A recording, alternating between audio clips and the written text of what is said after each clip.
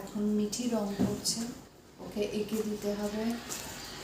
ও নিজে নিজে রং করতে পারবে না, ওকে রঙও এগিয়ে দিতে হবে, তারপর ও রং করবে। পল্লবী মামা ভালো তো? হ্যাঁ। কতটা? অতটা? আমার পিছন থেকে যদি হাঁটতে বেরো হয়ে যায় তাহলে আরো ভালো। তাই? এত এত ভালো ভালো? সবসময় আমার সাথে ঝগড়া করে হুম। এতে সারাদিন। তো ঝগড়া হবেই মা। একদিন ঝগড়াটা আমি দেখাবো সবাইকে। এত যে ঝগড়া হবে মা মেয়ের মধ্যে, এটা বলবো। বাহ,